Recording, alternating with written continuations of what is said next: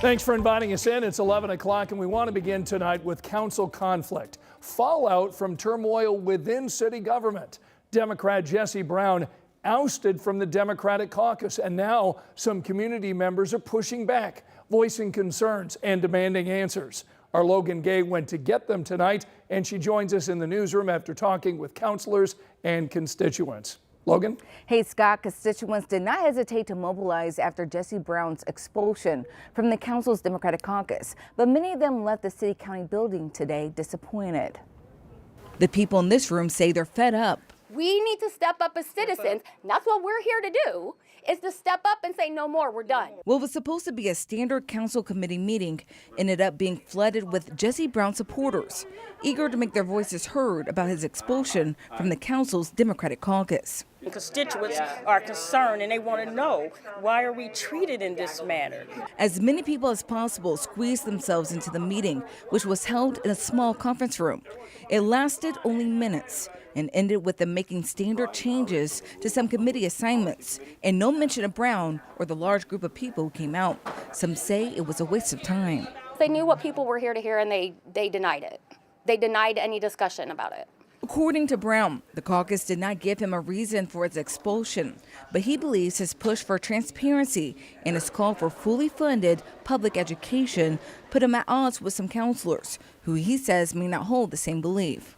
Christina Smith's kids go to an IPS innovation school. She says this roller coaster has been rough on students and parents. What I'm hearing from parents right now is that they don't want to pick a school in IPS because they don't know if it's going to exist. Smith says regardless of Brown's expulsion from the Democratic caucus, constituents in his district are going to do whatever they can to save IPS. We're not trusting anybody anymore. If you're not voting how the people need you to vote to save us from big businesses, from people looking to make a dollar off our kids' backs, you're going down too. Some members of the group said they are going to continue to go to the Education Committee meetings to use their voice and plan to go through each city county councilor's finance reports.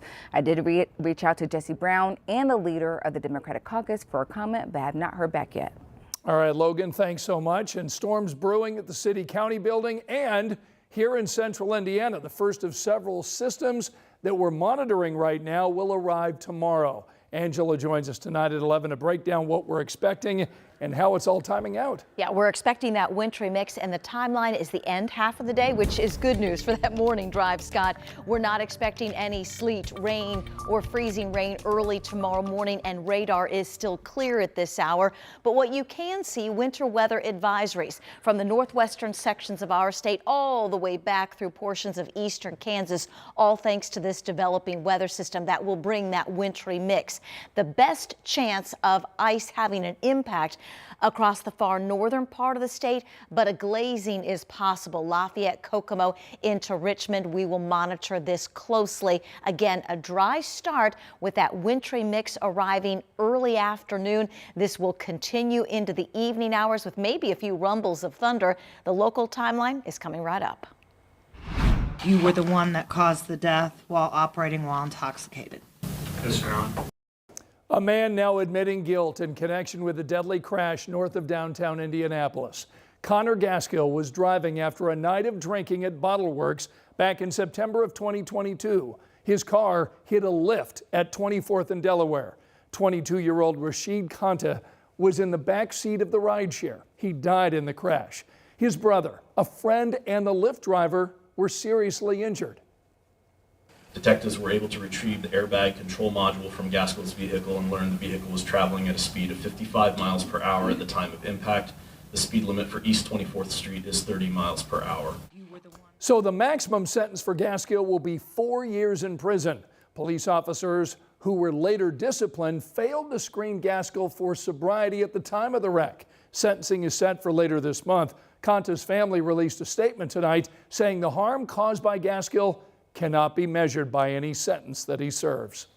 Tonight at 11, police are now giving us an inside look at efforts to curb illegal parties here in the city of Indianapolis. Last weekend, IMPD shut down a party with about 200 people.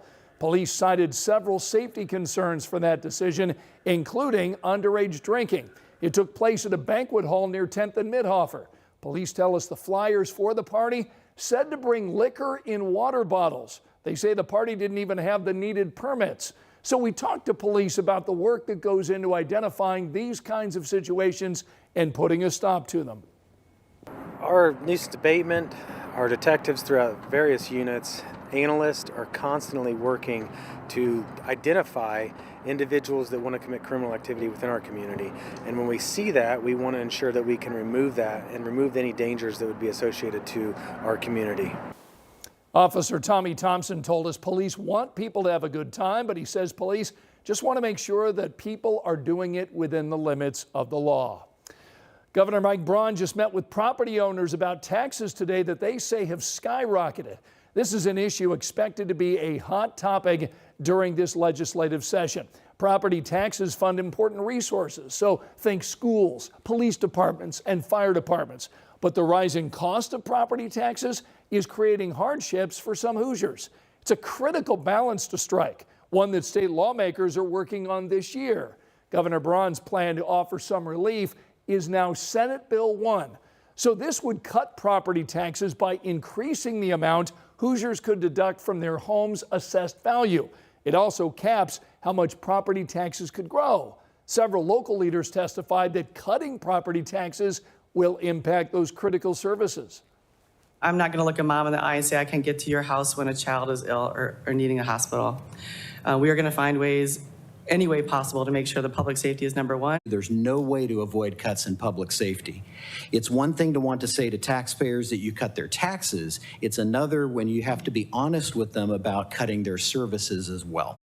The committee considering that bill today did not vote on it. That could happen next week when we could see some amendments. A law that aims to revamp Indiana's 25-foot law just passed the House. Now, that original bill that passed back in 2023 allows police to push citizens back 25 feet from an active investigation.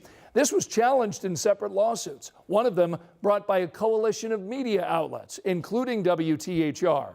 An appeals court issued an injunction blocking the law because it was unconstitutionally vague.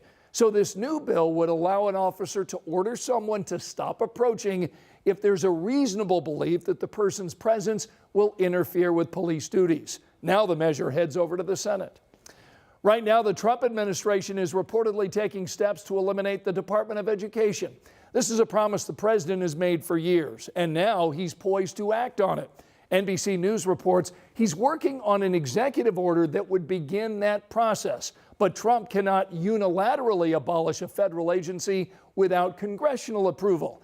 Administration leaders say the goal here is to return public education to the states and local school districts. Former Indiana school superintendent and candidate for governor Jennifer McCormick says she's not opposed to change, saying we can always improve, but she's concerned tonight about schools getting less money.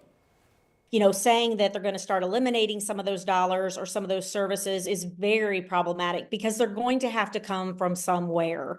And so, yes, it needs tweaked. Yes, we can review what those roles are, but a lot of it's a direct impact on our workforce as well. 13 News also reached out to the current Indiana Secretary of Education for comment on abolishing the Department of Education. And when we hear back, we'll pass that along to you. Here's a look at the other stories making headlines right now. Tonight, a 28-year-old man is under arrest and charged for a deadly shooting on Christmas Day. Derek McKenzie III tonight is facing multiple counts, including murder. Police say McKenzie killed 44-year-old Cedric Cruz at a home near 46th and Arlington. McKenzie is due in court Thursday. Tonight, we're getting a look at guns and drugs found by police inside of a home on the north side of Indy. Police were at this home last week to arrest a man on an armed robbery warrant. Tonight, he's facing multiple charges. Investigators have just identified the man who died after a Morgan County house fire. This fire broke out early Saturday morning in Martinsville, killing 77-year-old Russell Plummer.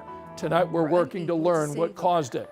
Tonight, an Indiana state trooper is recovering after a crash in Grant County. This happened around 9 this morning near Gas City.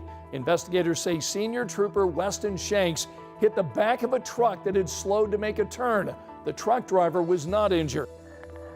Tonight, the Marion County prosecutor is dismissing charges against an out-of-state landlord accused of not paying nearly $2 million in utility bills. According to the prosecutor's office, that move came after the landlord paid full restitution to the city. Back in 2022, Citizens Energy temporarily turned off the water at 2 apartment complexes until the city stepped in to make an emergency payment. Remember, you can find all of our latest local stories anytime on our 13 News app.